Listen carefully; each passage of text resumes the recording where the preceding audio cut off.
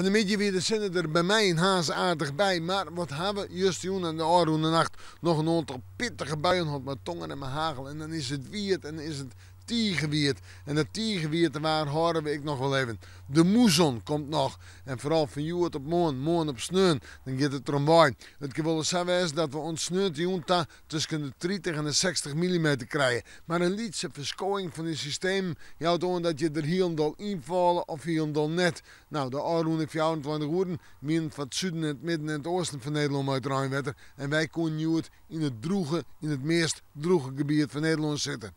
Wel, joen en vannacht. Joen lijkt het droog te blijven. Of het zo'n enkele bui wees, maar ik houd op droog waar. Vannacht begint de loft al, een beroende loft en dat betekent dus letter Rijn. Temperaturen 8 tot 10 graden. De zuid-zuidwestenwind die wordt matig en krachtig.